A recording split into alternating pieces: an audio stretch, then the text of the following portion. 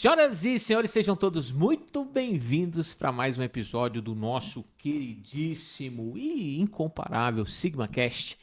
Estou aqui hoje para fazer uma conversa extremamente importante sobre um tema também extremamente relevante e recebo aqui ele, diretor-geral Gabriel Carvalho. Gabriel, seja muito bem-vindo. Que satisfação, professor Thiago, estar com você, que satisfação estar com as famílias, nossos alunos, para falar sobre um tema para lá de interessante, para lá de importante, um tema extremamente contemporâneo, né, Thiago? Eita. Acho que é um tema que está visitando aí todo mundo hoje que está dentro da área de educação, e não só da área de educação, né? De modo geral, acho que todo mundo que está inserido no mundo hoje tem as suas questões em relação à inteligência artificial, o uso, né, o impacto. Os medos, as inseguranças, os acertos.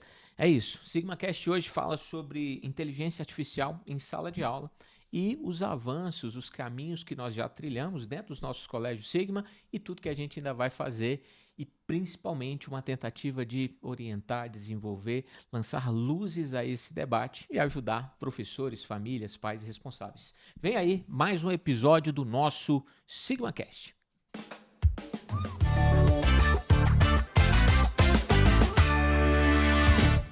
Gabriel, o pessoal fica falando muito sobre inteligência artificial. Cara, caminho sem volta, na sua opinião? Caminho sem volta, né? Acho que a tecnologia chegou, a maneira com a qual ela teve uma profundidade na sociedade de modo geral já é uma profundidade muito grande e foi de maneira muito rápida, né? Que todos os meios começaram a utilizar. E acho que já dentro de um caminho sem volta, algo que de fato é disruptivo no nosso processo sociedade. Acho que você, como um bom professor de história, professor Thiago, daqui a talvez 20, 30 anos, nós estejamos falando aí sobre a revolução que foi a chegada da inteligência artificial no mundo, na sociedade.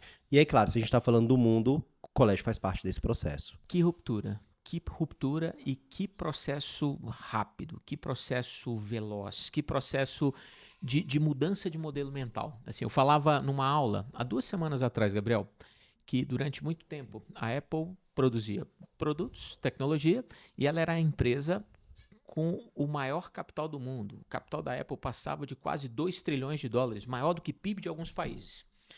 E a empresa que nos 2 últimos anos mais cresceu não produz produtos em si. É a NVIDIA que produz placas e chips para que outras empresas possam usar a inteligência artificial do jeito que estão usando. Então, assim, é uma mudança sem tamanho. Exatamente, né? Ela produz até o hardware para que as empresas possam desenvolver os seus softwares, assim, né? Isso é muito doido. E de uma necessidade que não existia no mercado, né? E essa necessidade, ela cresceu muito rápido exatamente por como a inteligência artificial entrou de maneira muito rápida dentro da sociedade, dentro dos meios de trabalho, enfim. Então, hoje criou-se um mercado novo. E como você trouxe, né, Thiago, um mercado que também está se movimentando muito rápido, assim. Provavelmente a gente está conversando aqui hoje sobre inteligência artificial, a gente deve citar algumas, deve conversar sobre várias delas. Daqui a um ano, se alguém for assistir esse podcast, provavelmente... Já vai estar desatualizado. Exatamente, vai olhar e falar assim, nossa, mas eles falavam sobre ChatGPT? Talvez, né? É isso, né? A obsolência dessas ferramentas hoje, elas são muito aceleradas, exatamente porque elas mesmo permitem a criação de fatores novos de maneira muito acelerada, né? Elas se retroalimentam, então é um processo muito rápido, assim, do que é tendência no momento, né? Acho que o cloud hoje é a maior tendência que a gente tem no momento, e do que está se tornando obsoleto, assim. A gente já vê muitos especialistas hoje falando exatamente sobre como o ChatGPT tá ficando para trás, foi quem começou, né? Acho que talvez a primeira ferramenta que popularizou a inteligência artificial foi exatamente o ChatGPT. E Gabriel, inteligência artificial tem condição de substituir professor? Thiago, eu não acho que substitui, mas acho que ele muda a maneira com a qual a gente tem que ensinar e a importância do professor dentro de sala de aula. Legal. Para mim tem um ponto muito relevante sobre a inteligência artificial, que é a maneira com a qual a gente faz o uso dela. A inteligência artificial, ela não substitui o portador de conhecimento. Ela não substitui o conhecimento. Ela não tem, né, a consciência que a pessoa tem, a intencionalidade. Exatamente. Então, assim, você continuar... Eu sou um aluno, 13, 12, 14 anos, enfim. Eu continuar tendo conhecimento vai fazer com que o meu uso sobre essa ferramenta seja o melhor possível. Muito, e otimize e melhore o resultado. E essa é uma falsa falácia que cresce hoje, né? Que assim, não, com a inteligência artificial as pessoas não vão mais precisar ter conhecimento, porque elas conseguem pegar esse conhecimento dentro da inteligência, fazendo a pergunta. De fato, o acesso que você tem ali, ele é muito mais acelerado.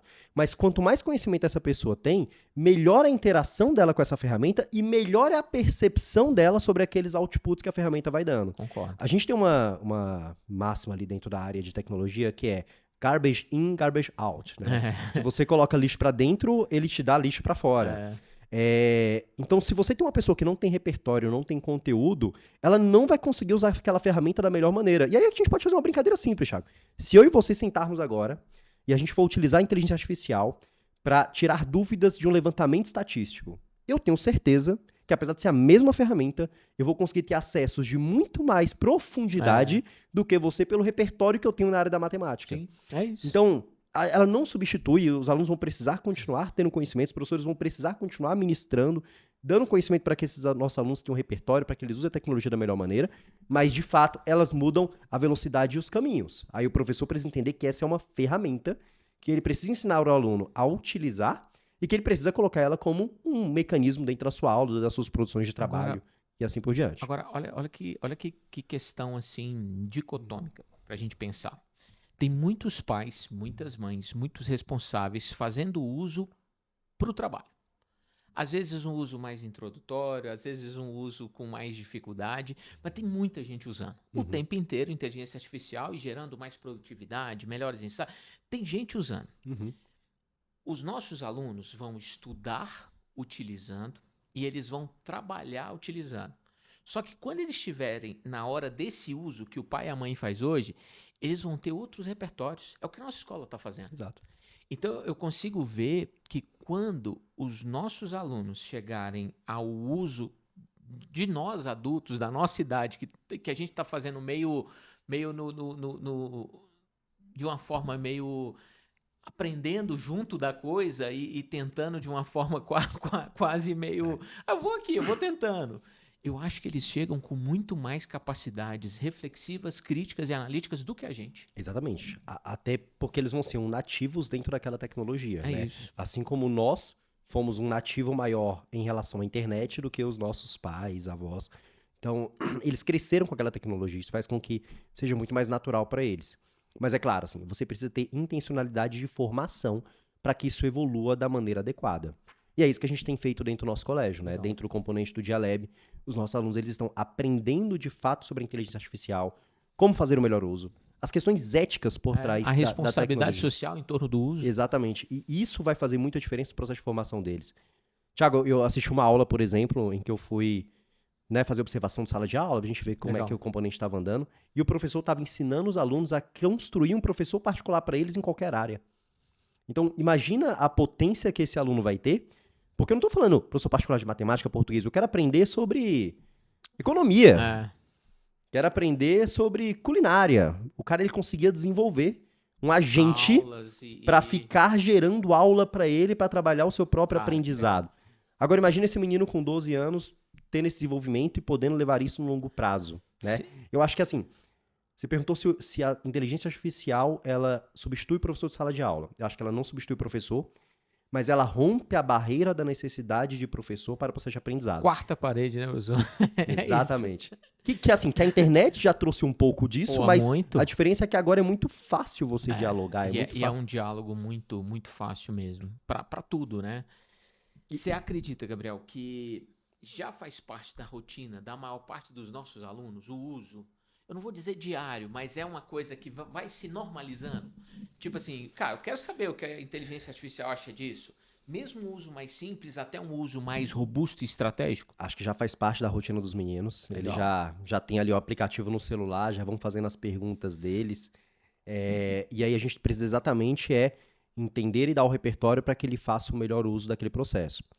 Acho que é uma preocupação, e essa é uma preocupação genuína, como a inteligência artificial, se for utilizada de maneira equivocada, pode restringir o processo de construção de pensamento e de argumentação das pessoas. Fato. Então, de fato, se eu sou uma pessoa que tudo isso que eu for... para criança e para adulto. Para criança e adulto. Para todo mundo. Se eu for uma pessoa que eu vou ficar sempre produzindo tudo que eu for escrever na inteligência artificial, a minha capacidade de conhecimento sobre ortografia, a minha construção de raciocínio, ela vai diminuir. Tá cerceado. Ceifou o desenvolvimento da pessoa. Exatamente. E aí, é neste uso que a gente tem que ensinar para os alunos qual é o melhor caminho. Dando um exemplo super prático, assim.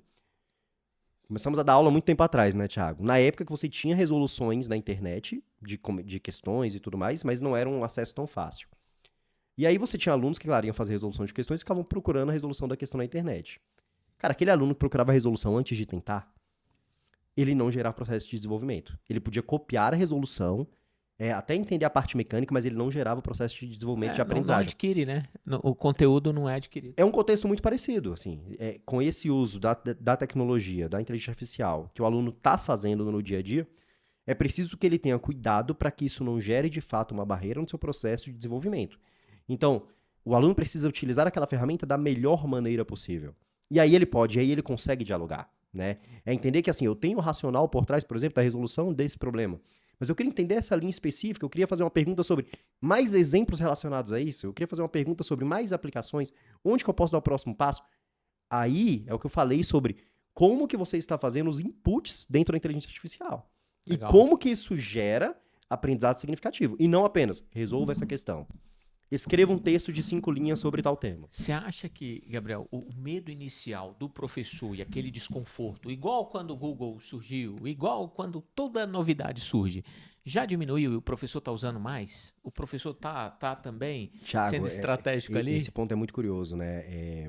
Eu tenho visto o pessoal tentando. A gente faz parte de um grupo hoje, o maior grupo de educação do país, e a gente estava numa discussão ali dos diretores gerais, exatamente de uma feira que a gente participou com alguns diretores nos Estados Unidos. E era uma feira sobre inteligência artificial. Acho que eu vi o chefe, o Bruno Elias, falando desse negócio. E aí, onde que o pessoal que estava presente, eu não estava presente, mas eu estava depois no seminário que eles trouxeram pra gente, trouxe que tinha maior resistência. A maior resistência era exatamente por parte dos professores. Né? Que ainda tinham muito receio do impacto dessa tecnologia, até nos processos avaliativos, né? Como é que eu vou fazer uma prova, sendo que esse aluno ele coloca ali e tem todas as respostas automáticas? Como é que eu vou fazer um trabalho Mas ó, para esse aluno? Então, você via muita resistência.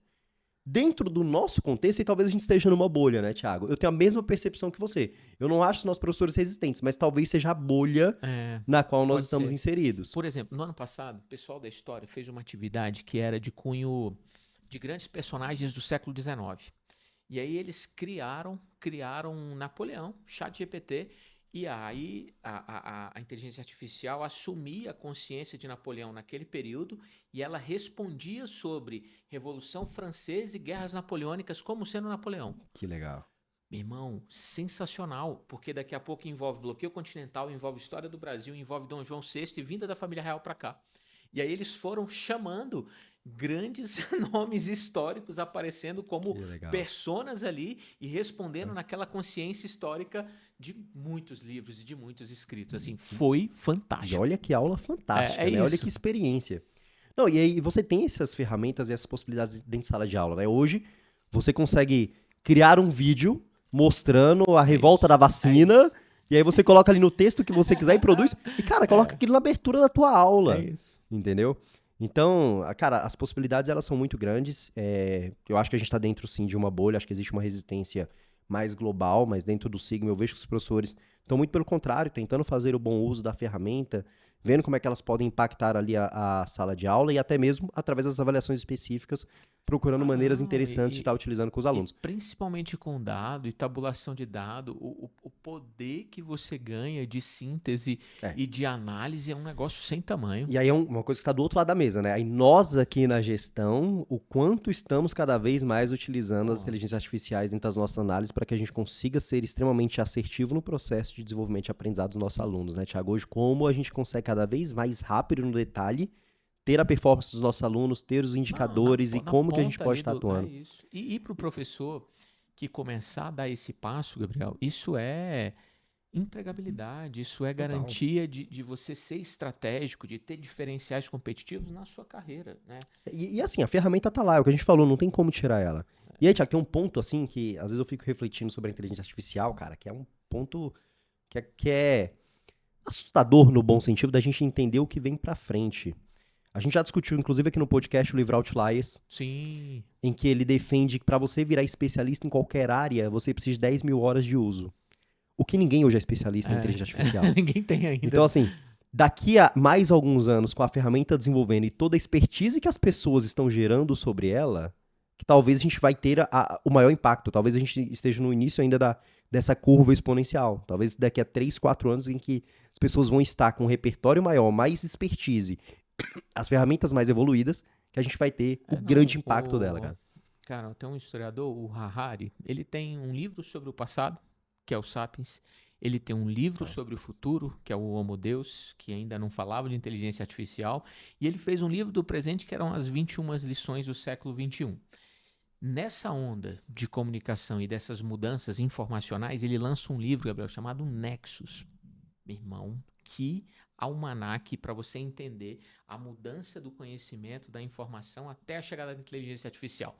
E é um historiador que tem uma condição de uma escrita fácil, altamente entendível. Todo mundo fica assim, cara, como é que pode? Olha aí, você já tá deixando a dica de leitura. Yuval Harari, leia o livro Nexus. É um baita eu já vou livro. ter que botar na minha fila. Eu já tô saindo daqui com mais um livro pra eu ler, cara. Livraço. É um baita cara, um cara que entende sobre futuro e tendências como ninguém, assim. O livro dele que falava sobre Big Techs era de bem antes das Big Techs. E eles já falavam desse poder do dado, do conhecimento, de como o algoritmo viria forte.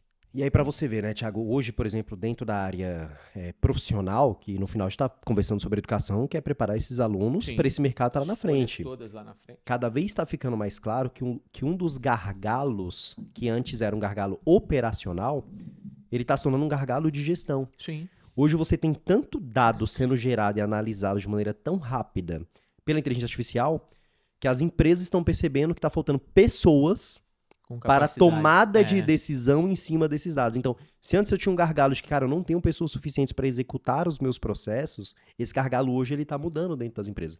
E talvez esse seja o mundo no qual os nossos alunos vão estar inseridos. Talvez o grande diferencial de mercado sejam esses alunos que vão ter essa capacidade analítica leitura de recepção de tudo isso para criar os planos de ação complexos e resolução. Eu concordo. Agora, assim, você totalmente figura de diretor-geral. Para professores, não somente os nossos. O que esse cara tem que pensar no que diz respeito a fazer diferente? Como que você, que também é professor, tem tentado aproveitar esse momento e você daria uma dica para os nossos?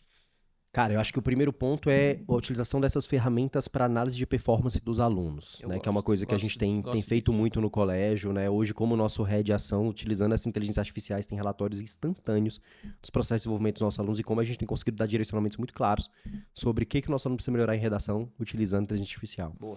Então, acho que esse é um ponto importante e é isso, né? Eu não preciso mais daquela capacidade de trabalhar com uma planilha de Excel, de uma capacidade analítica para fazer isso. Eu preciso só do dado bruto, que os sistemas de modo geral dão. Indica, né? Faz a sua indicação ser mais refinada. Um uso razoável do cloud e eu já tenho todas essas análises de dado ali para eu conseguir trabalhar com planos de ação para os meus alunos. E aí isso gera, Thiago, que é uma coisa que a gente fala muito dentro da área de educação, que é a personalização do ensino, né? Eu consigo ter muita clareza do que eu preciso dar para cada um dos meus alunos. Cara, esse para mim é um ponto super importante. O segundo é como a inteligência artificial pode mudar a dinâmica da sala de aula com elementos diversos, elementos igual eu brinquei da construção de um vídeo, de uma introdução para a sala de aula, do que você trouxe, de uma brincadeira dele estar conversando com o Napoleão. Mas, cara, isso é muito rico. Então, ela traz dinâmicas possíveis que, talvez para a gente produzir uma aula dessa, antes a gente fosse demorar meses. O cara consegue produzir uma aula super muito diferenciada rápido. Hoje, em questão de minutos, cara. Faz uma diferença muito grande. E aí, para mim, o terceiro são as possibilidades que esse professor tem, e aí isso pode parecer até... Estudo, melhoria profissional, melhoria dele, processo de desenvolvimento? Das possibilidades que ele tem de estar se desenvolvendo e de estar ampliando a qualidade da sua entrega ali dentro do dia a dia. Assim, hoje, se não existe esse limite no processo de desenvolvimento para os alunos, para o professor também não deveria ter, né? Então, hoje o professor ele consegue estar se desenvolvendo bem, utilizando também essas ferramentas ali no seu dia a dia. E eu acho que, assim, tem um ponto muito legal, assim, que sempre quando eu vou refletir sobre a inteligência artificial, esse é um ponto que eu vejo poucas pessoas falando, mas eu sempre reflito. A inteligência artificial, de certa maneira, ela quebra a nossa percepção temporal. Porque antes o que a gente demorava muito tempo para executar, hoje a gente executa num tempo muito menor. E isso é um impacto social muito grande. Então, se antes, cara, eu precisava de meses de uma pós-graduação para aprender com profundidade um tema, hoje eu consigo fazer isso em dias, cara. Assim, em dias eu consigo tá tá ministrando e aprendendo algo novo. E como precisa da sua consciência humana e o quanto isso cada vez mais refinado gera comandos cada vez melhores e tem uma forma de retórica e discurso com a inteligência artificial que vai produzir assim, é muito diferente. A interação que você faz, que o outro faz, que o outro faz. Eu vou te dar um exemplo prático, Thiago. Eu tava ajudando uma amiga que estava estudando para uma prova internacional, do exame internacional do IB, currículo internacional. E aí lá, cara, cai álgebra linear, cai cálculo 1, 2, 3, EDO, cai matérias, são matérias equações de ensino superior. Matérias que eu acabei meu mestrado tem 10 anos, então algumas eu não lembrava.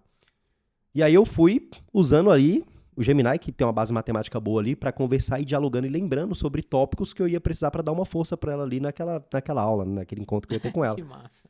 Thiago, eu teria gastado algumas horas para fazer essa revisão. De uma forma mais manual e analógica. Cara, foi 20 minutos eu tinha lembrado tudo. 20 minutos eu tinha lembrado tudo.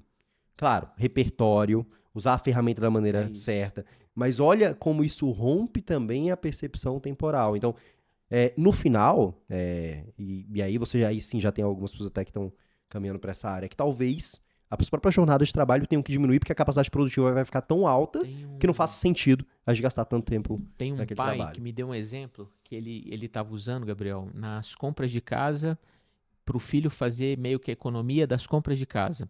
Então, ele deixava programado e aquilo ia avisando o que tinha que comprar e a forma de comprar, e o filho é quem acompanhava, e onde estava mais barato, onde não estava. Eu sei que ele fazia um panorama assim, o que mais compra, onde mais compra, os locais indicados. Meu irmão, o cara fez um negócio muito legal. E ele envolvia o filho nessa dinâmica familiar e mostrando para o aluno essa coisa assim, da economia, do valorizar o dinheiro. Pô, o molequinho estava no 6º ano, lá na Asa Norte. E Caramba. O pai fazendo essa parada e ele criando tudo por ali.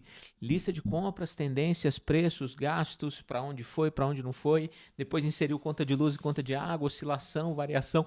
Muito legal, muito legal, muito legal mesmo. E aí eu acho que você acabou de entrar num ponto super legal, que é assim, como as famílias também podem isso. E devem... Que era o próximo ponto, assim, e os pais? A gente falou do professor, a gente falou do aluno, mas e o pai? Por que tem pai que ainda acha problemático? Aí vai um ponto, cara, que tudo que a gente fala sobre tecnologia, todas elas, todas, sem exceção, esse é um ponto importante quando a gente está falando sobre família, que é o acompanhamento. De fato, o uso inadequado dessa tecnologia, ele pode ser problemático. Então, o pai, ele precisa acompanhar esse uso, e acompanhar esse uso é acompanhar, talvez, o log de conversa que ele tá tendo, para falar, filho, não usa dessa maneira, vai por esse caminho. Tipo de imagem, não. Não faz isso. A gente não faz isso para gerar imagem deepfake. Então, assim, as famílias, elas têm que estar acompanhando e acompanhando de perto esse uso da tecnologia como todo. Que não era diferente, cara, de quando surgiu o www, que não foi diferente de quando... MSN. Surgiu MSN, rede social, assim. Tudo que a gente está trazendo de tecnologia, principalmente quando a gente está falando dessa faixa etária de 11 até 15 anos, o pai estar presente é muito importante. E o estar presente, gente, é um presente num ato quase de fiscalizar mesmo, não é um presente superficialmente de conversar na hora do jantar, e aí, como é que foi? Como é que você tá fazendo uso? Supervisionar, né? Entrar Deixa eu lá, ver. Dar um confere, né? Exato, até porque e fica não tudo só registrado. Isso, eu acho que até no WhatsApp, nas coisas todas. Não precisa ser só na inteligência, não. Dá um confere geral, eu acho uma boa. E aí, se faz isso, assim, os próprios pais, eles vão conseguir melhorar muito a utilização dessas ferramentas e eles também, né, Rebe? Assim, eles vão se cobrar a estar se desenvolvendo, a estar utilizando a ferramenta da melhor maneira possível para conseguir conversar ali com os seus filhos. Gabriel, nós temos filhos. Eles têm idades ali próximas, parecidas, 8, 9 anos.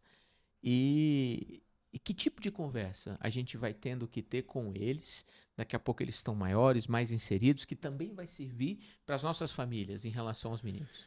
Esse foi um bom ponto e que a gente discutiu como sistema mesmo, como marca, quando a gente foi falar sobre inteligência artificial, assim, quando começar, né? Nossa decisão, marca, foi entender que nos anos iniciais é muito cedo para esse aluno ele estar tendo esse contato com a tecnologia. Então, nos anos iniciais, é o momento desse aluno estar aprendendo sobre o uso de tecnologia, e aí a gente tem o nosso pensamento computacional para fazer isso, onde os alunos começam a ter primeiros contatos com o algoritmo, entender como é que é o processo de construção de algoritmo, com programação, mais simples. Mas ainda não entrando, ou entrando muito eventualmente, mas de modo geral não entrando, dentro da inteligência artificial. E aí a gente entende que esse aluno já um pouco mais velho, mais maduro, e já tendo esses primeiros requisitos, ele nos anos finais começa a fazer esse desenvolvimento. Gosto. Então, assim, dentro da faixa etária dos nossos filhos, né, que tá dentro dos anos iniciais, pra mim a conversa, e a conversa que eu tento ter com meu filho é mais sobre explicar que existe. Ele saber que existe aquela tecnologia, ele saber que existe aquela potência e que lá na frente ele vai poder conversar a utilizar ela. Assim como ele fica lá conversando com a Alexa lá na sala, lá, sempre fazendo um monte de pergunta, né? Mas é explicar um pouquinho sobre o contexto e o mundo no qual ele está inserido. Mas não acho que é o momento de estar fazendo o uso de uma maneira profunda. Gosto. E o que é o sinal, assim, cara, a red flag ali pro pai em relação a um comportamento que pode estar sendo ruim do menino? Cara, a Tipo primeira... assim, o que é, tipo, cara, pode acender a luz aí, vamos olhar pra isso. A primeira red flag pra mim, talvez a maior relação à inteligência artificial, é a preguiça no processo de aprendizado de achar Que vai resolver tudo ali, né? que tudo vai ser resolvido e que tudo é suficiente, que eu posso simplesmente dar um Ctrl+C, Ctrl+V dentro de tudo que ela está dizendo, aceitar, sem qualquer tipo de criticidade em relação à leitura do que tá ali. Essa, pra mim, é a maior red flag, porque aí ela sim flerta com o que a gente falou, que é sobre acabar gerando uma trava no processo de desenvolvimento da pessoa, né? um emburrecimento. Uma preguiça. Então essa pra mim é a maior. E aí você vai ter outras, né, que aí é comportamentais, criação de imagem fake, manipulação, vídeos tendenciosos, maldosos, discursos de ódio. Mas aí eu acho que é num grau de complexidade até maior, Tá bom. assim, até pensando em faixa etária, mas eu como educador, acho que a principal ponto, assim, que eu trataria, e a gente trata com os nossos alunos, é isso dele entender sobre a importância do conteúdo dele para que ele tenha uma leitura crítica sobre todo o conteúdo que é gerado através da inteligência artificial. Porque ela erra, tá, gente? Esse é um ponto muito importante. E erra pra caramba. Ela erra, é isso. E erra pra caramba, assim. Ela tem um formato, às vezes, de ação, até mesmo nos conceitos históricos, que é muito... normaliza algumas coisas, é redundante em outras. Não, e tem uma questão sobre o funcionamento dela por trás, que ela é um modelo estatístico, né? Então, assim, conforme você é um usuário dela, ela está errando e você está dando corda e falando que tá certo, ela vai errar mais. Ela vai errar mais, ela vai ficando pior, assim. A inteligência artificial... É um espelho, né? Do garbage in, garbage out, assim. Coloca lixo e vai alimentando ela vai piorando, assim, cara.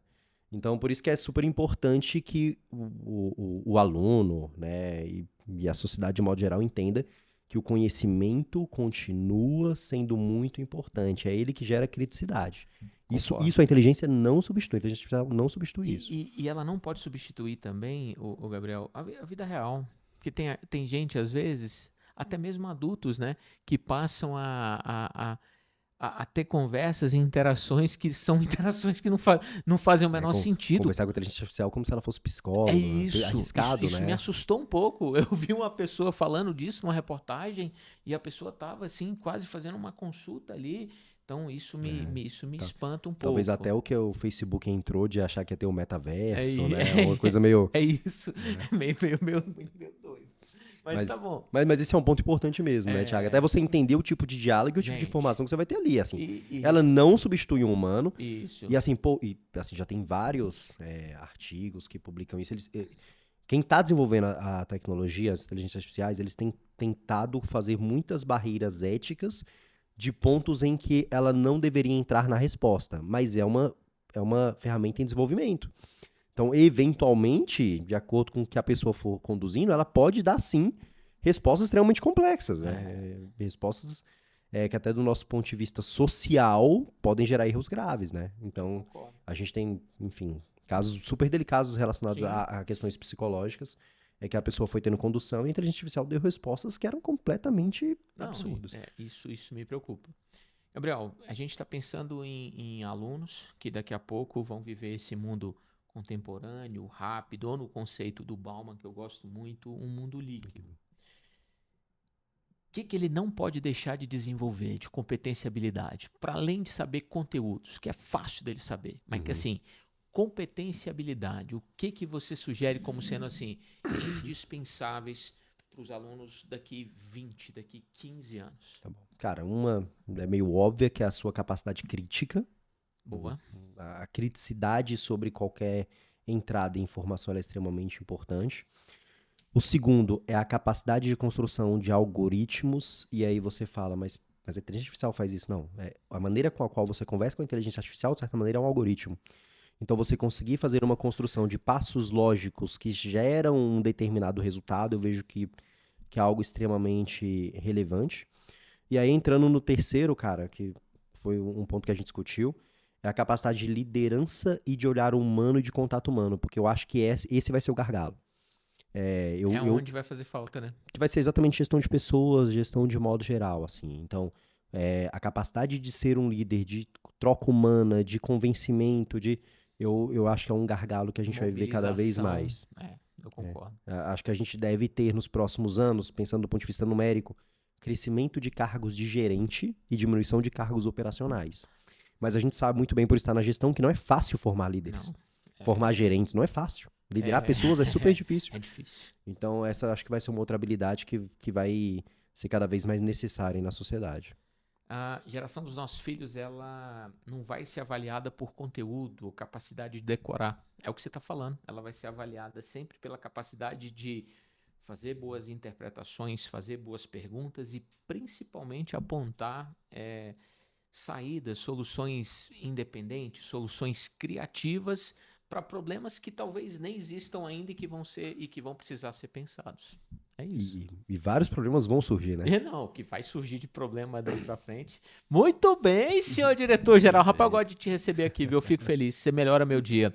Pessoal, reta final do nosso programa e a regra é clara. Quando chega na reta final, tem sempre aquele momento de Sigma Dicas. Especialista no assunto fala 2 dicas e eu tô aqui pra falar minha única. Tomara que ele não fale o que eu vou falar, porque ele sempre fala primeiro. Vem aí, Sigma Dicas.